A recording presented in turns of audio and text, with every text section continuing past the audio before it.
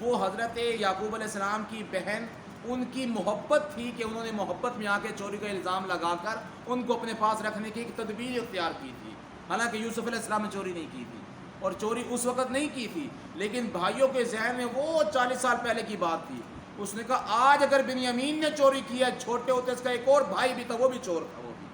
وہ بھی چور تھا، اس نے بھی چوریاں کی تھی چھوٹے ہوتے ہوئے بھی۔ تو حضرت یوسف علیہ السلام کے ذہن میں وہ زمانہ آ گیا، چھوٹے ہونے کا زمانہ، اور ان کی آنکھوں میں آنسو آ گئے کہ ان کے دل کے اندر سے نفرت اور بغاوت ابھی تک نہیں گئی، اور ابھی تک اتنا عرصہ گزرنے کے بعد بھی ان کے دلوں میں میری نفرت ہے۔ تو بہرحال فَأَسَرَّهَا يُوسُفُ فِي نَفْسِهِ وَلَمْ يُبْدِهَا لَهُمْ، قرآن کہتا ہے یوسف علیہ السلام نے بڑی مشکل سے اس عیب کو چھپا لیا اپنے اندر، اس بات کو چھپا لیا، اس لیے کہ انبیاء کے دل دریاؤں کی طرح ہوتے ہیں،